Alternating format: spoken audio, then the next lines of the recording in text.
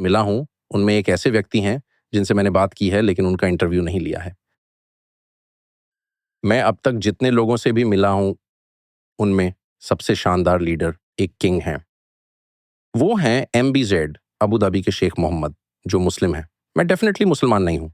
मैं ईसाई, एक प्रोटेस्टेंट ईसाई हूँ और इसलिए मैं उनके रिलिजन से सहमत नहीं हूँ और मैं राजशाही से भी एग्री नहीं करता। लेकिन वह अब तक मिले सबसे बेहतरीन लीडर हैं और अब तक उनकी बराबरी का कोई है भी नहीं। और वो ऐसे क्यों हैं? ख़ैर, मैं आपको इस टॉपिक पर 1 घंटे तक बोर कर सकता हूँ, लेकिन वो इतने अच्छे लीडर क्यों हैं? क्योंकि वो अपनी लिमिटेशंस और अपने ताकत की लिमिटेशंस और अपनी दूरंदेशी की लिमिटेशंस को बहुत अच्छे ढंग से जानते हैं। जब आप रियलिटी के साथ शुरू करते हैं, तो ये ह्यूमिलिटी भी नहीं है। ह्यूमिलिटी एक दिखावा हो सकता है, जैसे, ओह! मैं कितना हम्बल हूँ, ठीक है? हम्बल ब्रैग यूँ ही एक फ्रेज़ नहीं बना, इसका मतलब कहीं ज़्यादा गहरा है। ये सिर्फ़ इतना ही नहीं है। क्या मेरे पास कोई जादुई ताकत है? क्या मैं भविष्य देख सकता हूँ? नहीं, कोई बात नहीं, ये बस एक फैक्ट है। तो मैं भगवान नहीं हूँ, लेकिन मैंने कभी किसी को एमबीजेड की तरह इसे इतने अच्छे से समझते हुए नहीं देखा। सच में ये एक कमाल की बात है। इसी वजह से वो एक ऑरेकल की तरह ट्रीट करते हैं।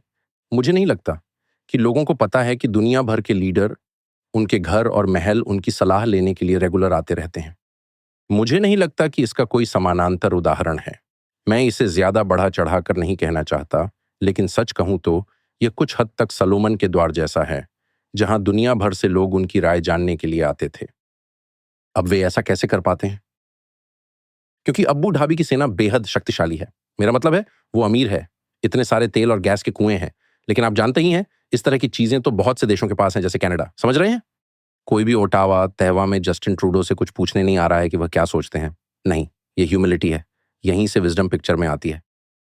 आपको लगता है मैंने अपनी पूरी ज़िंदगी अमेरिका के लीडरशिप से नाराज़ होकर गुज़ारी है, क्योंकि ये बात सिर्फ़ बाइडेन की नहीं है या ऑफ़िशियल पोज़ीशन पर बैठे लोगों की नहीं, बल्कि उनके चारों तरफ बैठे एडवाइज़र और कुर्सी से फ़ायदा उठाने वाले लोगों की है। और मैं ऐसा नहीं है कि मैं उनसे एग्री नहीं हूँ, बल्कि मैं उनसे इम्प्रेस्ड नहीं हूँ। मैं बस इम्प्रेस्ड नहीं हूँ।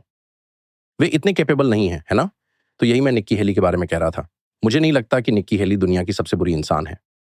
मुझे लगता है कि वह अजीब है और हर कोई कहता है, ओह! निक्की हेली या माइक पोम्पेओ। क्या? महान लीडर बहुत कम पैदा होते हैं कि जब आप एक को देखते हैं तो आप तुरंत जान जाते हैं। बिल्कुल। और मुझे ज़्यादा अच्छी बात ये लगी कि अब्बू धाबी में शेख मोहम्मद ऐसी शख्सियत हैं, जिन्हें दुनिया में हर कोई जानता है। और मैंने इस पर कभी कोई स्टोरी नहीं देखी और मैं गेस नहीं कर रहा हूँ, मुझे पता है कि ये सच है क्योंकि मैंने इसे देखा है। दुनिया में हर कोई उन्हें जानता है और इसलिए अगर कोई मसला होता है, तो वही इंसान होते हैं जिसे लोग कॉल करते हैं। जैसे सब लोग उसी आदमी को कॉल करते हैं और आपको पता है वह यूएई नाम के छोटे से देश को चलाते हैं। मेरा मतलब है, आप समझ रहे हैं ना? अबू धाबी में कई अमीरात हैं, लेकिन वह देश के राष्ट्रपति हैं, फिर भी।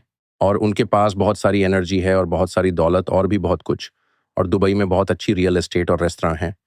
लेकिन असल में ये एक बहुत ही छोटा देश है जो 50 साल पहले एक देश भी नहीं था। ये कैसे हुआ?